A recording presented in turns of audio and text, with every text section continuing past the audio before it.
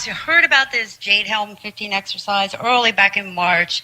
Everybody was reporting on it, and I started doing some digging on it, and that's when I started coming across making the connection between the Jade and the Jade Helm, and the Jade, or Jade 2, being an AI software system. Okay, it's basically the Jade 2 system is an AI quantum computing technology that has the ability to use vast amounts of data that's being collected on the human domain, that's us, to generate a human terrain system, which they talk about in that PDF. Okay, in geographic locations, in order to identify, eliminate targets, insurgents, rebels, or whatever labels that can be flagged as targets on a global information grid in a network-centric warfare environment.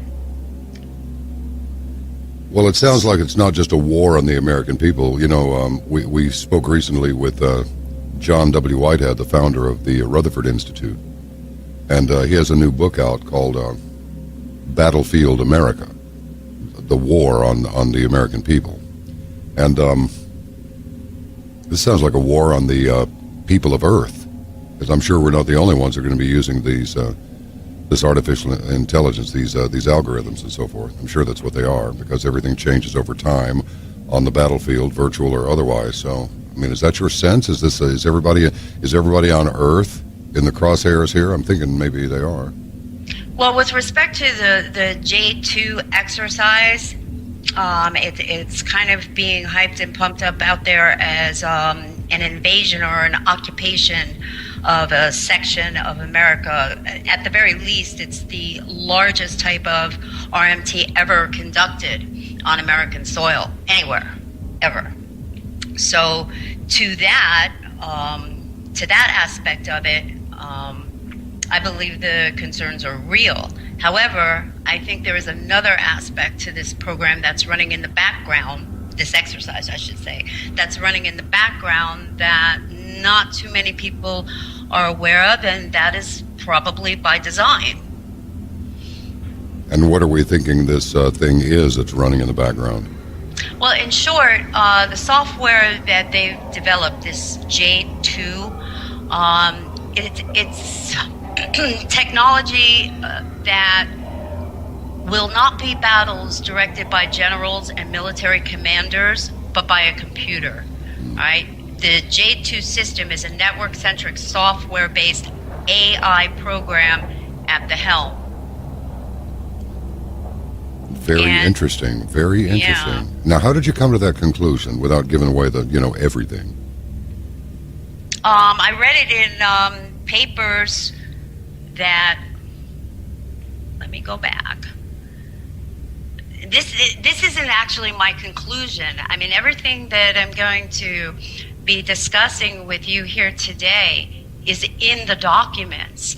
And before we get into some of the specifics that this system is able to do and will be doing, I just want to say that the information that I had found on the net that we will be discussing has been highly sanitized. Wow. I believe. It's been, because there's things that are not there that should be there when you're talking about a technical system like this that weren't available in the papers. Well, just take us where you want to go. All right. Well, why don't we start talking about what the Jade 2 system is capable of, and we can go down this. And I hope this isn't too boring, but you can. The Jade. I'm thinking it won't be.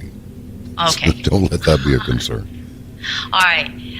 This system uses vast sums of information collected on individuals, groups, population-centric regions, and large geographic areas and or countries. It then dumps all that information into a module called an HTA, which is a human terrain analysis tool, which then analyzes the data to develop an HTS, or human terrain system.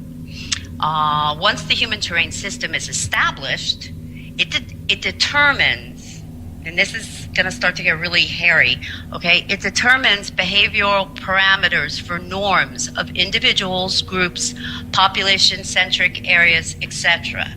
The establishment of these formulated parameters is known as the human domain, which we've all been hearing about out there in the media and on the blogospheres and everything. It can then identify, extract, or eliminate perceived threats or targets based on deviations from these norms. Interesting. Okay. Okay. Jade can also examine the human terrain system over time with the use of thousands of remote sensors, both audio and visual, as well as real-time communication monitoring and other types of HTA tools to change or rewrite its program parameters in a particular human domain. This new information or program template, as well as any other previous program scenarios, is then stored in its Prodigy module, which is actually the battle planning suggestion module, and it can be retrieved at any time for any intended purpose. Now, as this is a knowledge-based or data-driven, mixed initiative, or military/civilian application, it's able to generate complex deployment and battle plans in seconds versus hours, days, or weeks. It can create holographic battlefield simulations on the fly. The deployment or battle planning with this system starts with the receipt of a mission statement, which is then run through a CBR, or case-based reasoning module, to produce an ACOA, or an adaptive course of action. The word adaptive is key. What's it adaptive to? It adapts itself to the changing human domain, us. It adapts its plans based on changing terrain of human activity. What are some of the elements that are classified as human activity? Okay, your communications, your financial transactions, your travel patterns, habits, behavioral patterns, emotions. Yes, this system can read and measure human emotion, and social media content. Okay, the one paper goes on to say that activity can change rapidly in a crisis event or a warfare scenario, and it's able to change or rewrite its own COA or course of action on the fly. The system is aware. It has total awareness, even in a rapidly changing environment. Hold your place there. Let me ask you something. Where's the central input point for this data that results in these solution calculations? From what I can ascertain, there is no central data input point. What I've been able to glean from all these papers and that is that these huge data dump centers, like the one in Blufftail and many, many other ones, are connected into this global information grid. So if you want to look at it from that perspective, the global information grid would be the central point on the network system. Takes me a minute to get my mind around these things, but I'm with you. Keep rolling. Okay. Now, format, which is the force management module for this system, was developed by the MITRE Corporation, and it's used to support knowledge acquisition. Okay, that's data collection. That's what the NSA is performing on everyone, not just identified threats, but everyone. Why? Because the government now perceives the American people, I believe, as its greatest threat, and it will use a computer-driven military to clamp us down. Patriots will be classified as terrorists, and the true terrorists, the U.S. puppet government we have out there who receives its directives and agendas from the ruling elite, they'll be deemed patriots to be protected at all costs. Makes sense. Okay, the third module in this system is known as PARCA. It's able to handle extremely complex structured queries against large knowledge bases or large databases, data dumps. Have you ever wondered why or has anybody ever asked the question why the NSA is telling everyone they're only collecting metadata or meta tags? I don't even fully understand what those things are. But look, if you'll define them and then ask that question again, it'll be easier for us to track with you.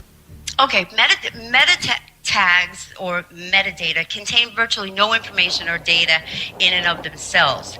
Meta tags or metadata only have value if they're indexed to a much larger information source or file in these immense databases.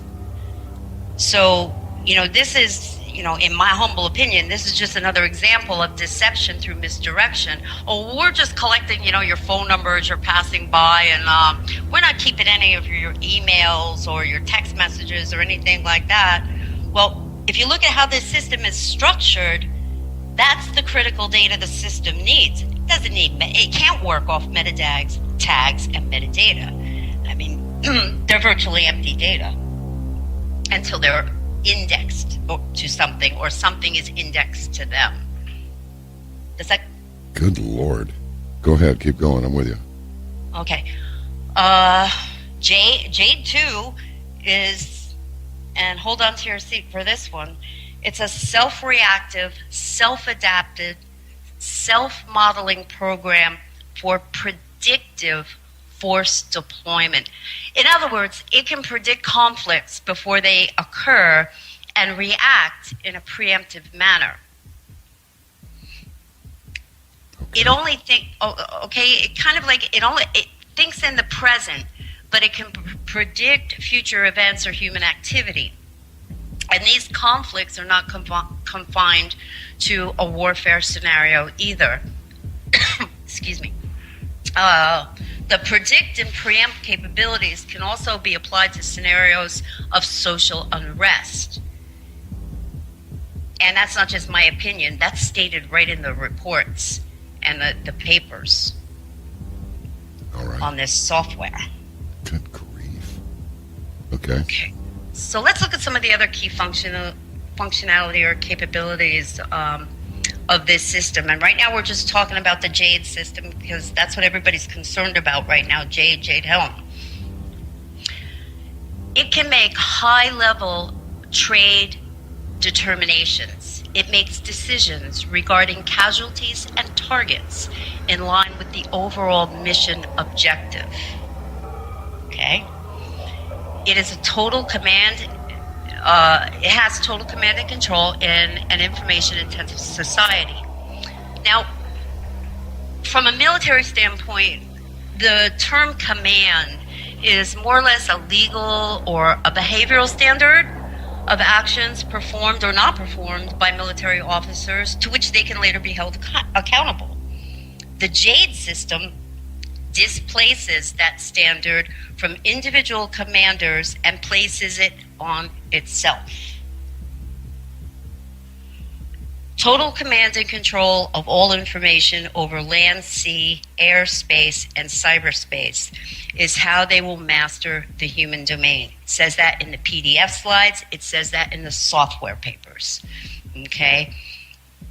It can perform machine interpretation of commander's intent.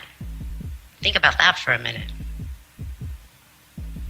That's kind of, let me try and put this in perspective. Yeah, listen, don't hold it against me if I'm just being quiet here. I'm trying to wrap my mind around this. This is the deepest that we've ever gone on this subject.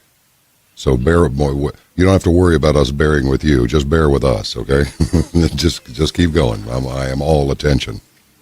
Okay, I want to get back to the machine interpretation of commander's intent. Mm-hmm. That's kind of like, all right, I pull up to my house, I pull in the driveway. My intent is to go in the house and sit, watch TV. Now, am I going to enter the house by smashing my truck through an exterior wall, or am I going to enter the house by getting a key off my keychain and unlocking the door? I mean, that, to me, that is a scary aspect. Machine interpretation of commander's intent. I wonder if that's to eliminate the possibility of any, shall we say, freelancing out there, or overriding some orders or something like that. I don't know. It could be. Okay. It could be, but I don't know. I'm not sure.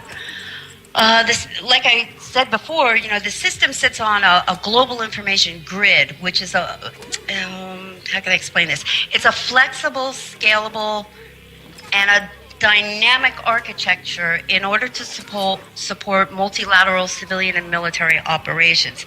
This global information grid is going to be an important aspect as we go through this. Okay. Oh, here's another subheading in one of the papers, and it was entitled "The Process of Sense-Making in Complex Human Endeavors." Quote, "This approach uses a set of cognitive constructs that translates tacit knowledge to the focal knowing of the objective world." End quote. How are they accomplishing this? They're mapping your mind. That's how they're doing it. And that they are creating these maps with all of the information that's being collected on everyone regarding every aspect of their life. Macrocognition. This is the process the system uses to dissect the human behavioral process. It's a cognitive and adaptive learning function, and this. I'm sorry, I'm stepping all over myself here. It's completely okay. Gives me time to catch up. Okay. Oh, I'm embarrassed. Okay, the macrocognition component of the system, like I mentioned before, is a process of dissecting the human behavioral process. Okay, its cognitive and adaptive learning capabilities enables it to predict intent. Now, we're not talking on the military side here. We're talking on either the enemy or civilian side, whichever way you want to look at it. So it can predict intent of an adversary or target, as well as predict a range of potential behaviors of those targets. And it does this instantaneously. This doesn't require a bunch of military commanders sitting around a table, going back and forth. Well, how should we handle this? I don't know. I think we should do it this way. The machine's making the system's making the decisions for them. Oh, here's another statement that was made in the paper entitled "The Tuesday Presentation to Justify the Rollout of Jade 2," and it says, quote, "For a joint commander to define an instruction set to a civilian or military joint force mission to transform a failing state to an agreed upon non-failing end state is a problem," end quote. Okay, and this section goes on to say that, rapidly changing dynamics presents a cognitively difficult task for commanders and practitioners. And the system will do that too.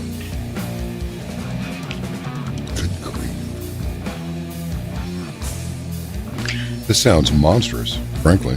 It doesn't even sound cool. It sounds... It is. I think it is. Scary.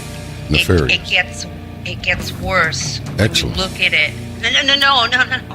I mean, when you look at it as it is not the be-all and the end-all, this is just a sub-layer, a layer on top of a much larger system that's already in place. Okay? Jade 2 can reconfigure its own network topography to optimize communication and data transfers. In one of my other reports, I talked about BBN Technologies' use of bandwidth extenders on the cellular and wireless architecture networks. Well, this is what they're referring to. An example of this might look like, you're driving down the road, all of a sudden you lost cell phone service in a particular area or for a particular time, when in actuality, your bandwidth's been reallocated to the system. Because everything, absolutely everything, communications, everything else is tied into that global information grid. All right, another command and control problem that these concept papers, they're not even concept papers because the software is being used now. Okay. Another command and control problem this system is designed to handle is the fact that the enemy has always been able to adapt to a rapidly changing environment to hide itself from exposure.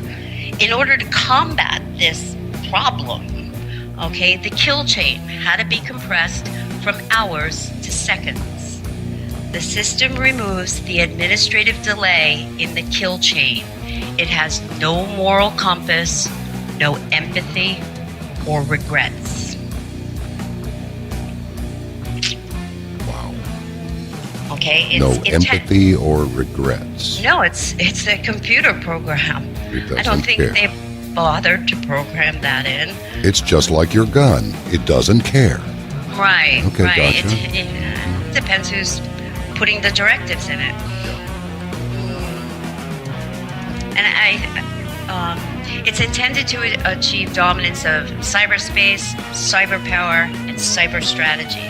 This capability will continue to evolve even though key technical, social, and information trends begin to stabilize. Okay. It'll capitalize on social engineering for offensive military and civilian operations. In other words, this is a technical approach to the tactics employed in Nazi Germany by the Stasi, the brown shirts, and the SS. This is just a technological version of those social engineering tactics they used then. It has a sophisticated decision support system for crowd control.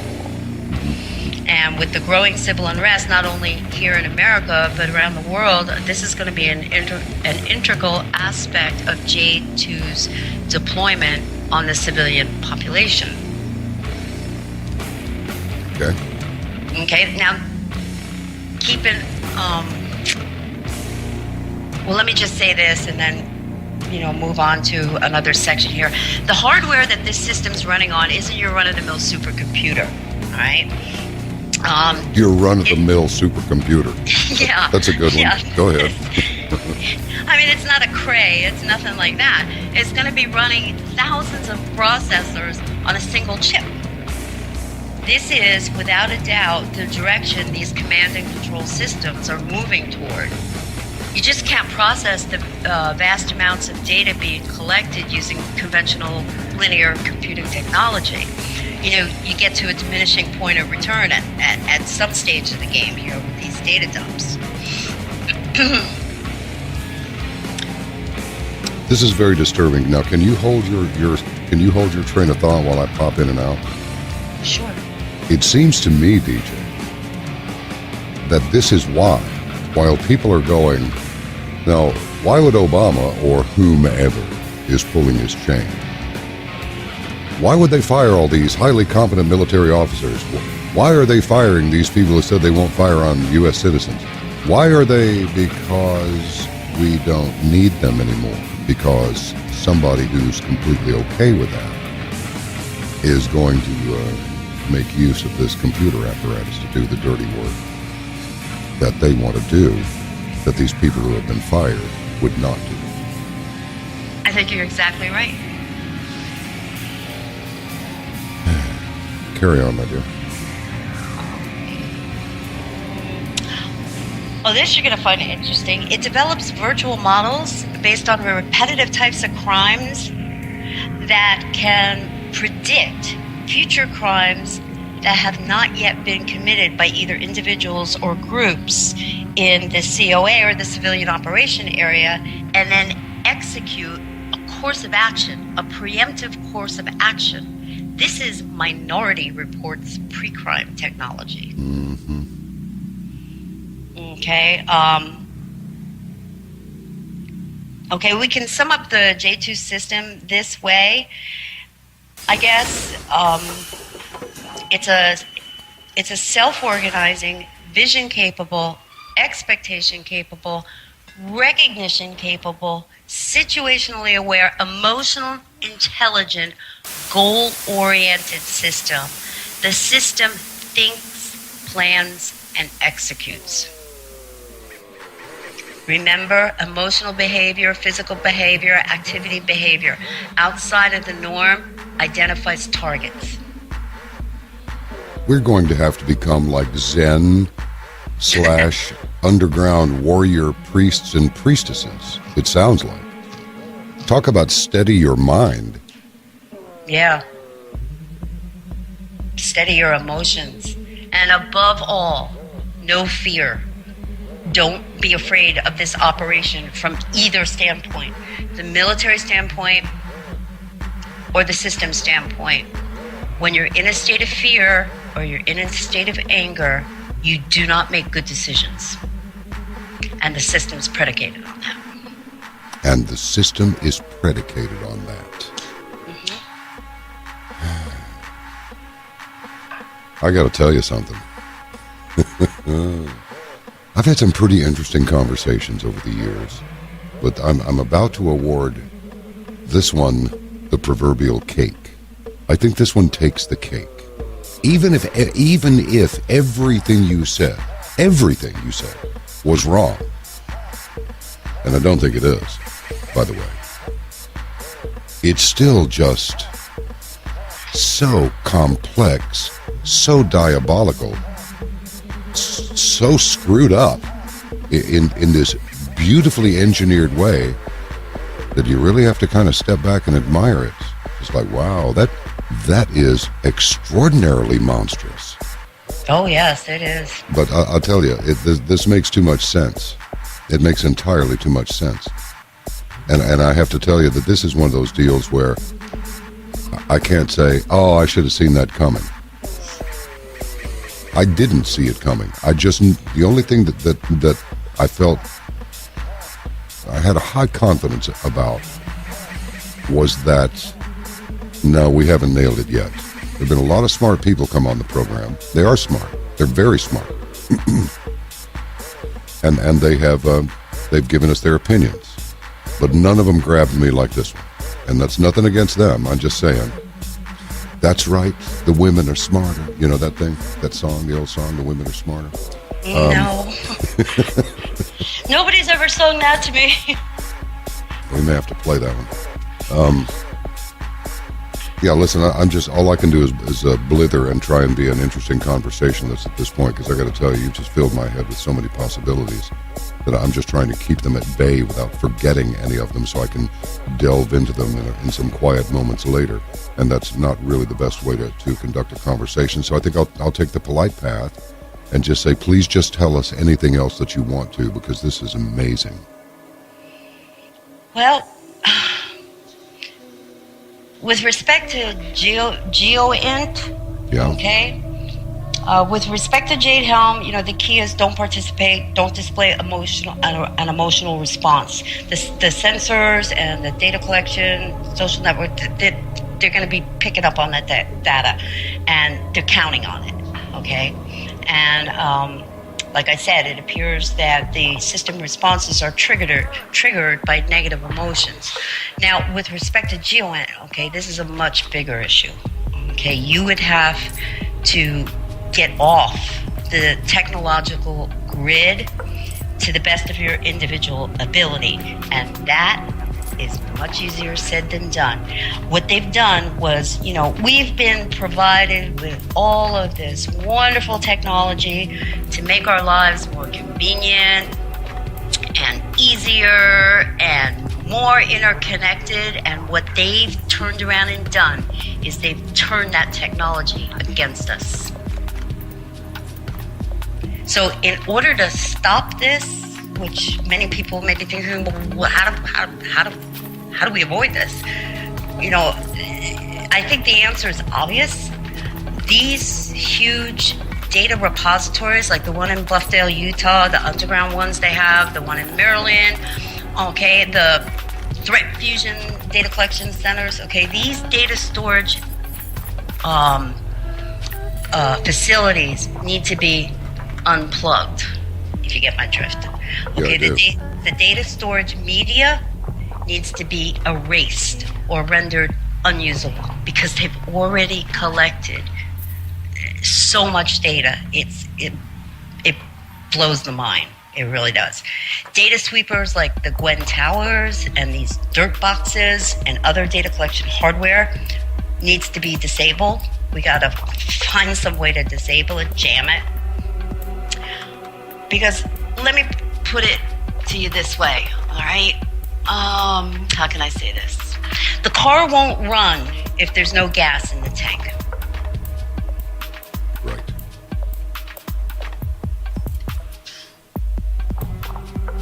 You know, what we're talking about here is the R word. We're talking about a real no-kidding rebellion. This is really quite dangerous stuff. I have to tell you, it's exciting. It's very dangerous. I mean, I think the word.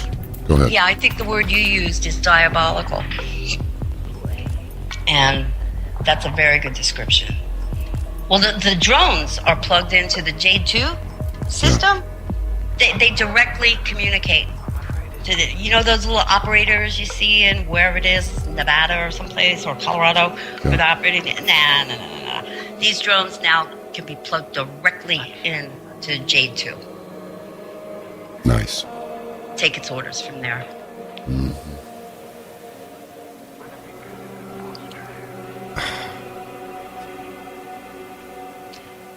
So,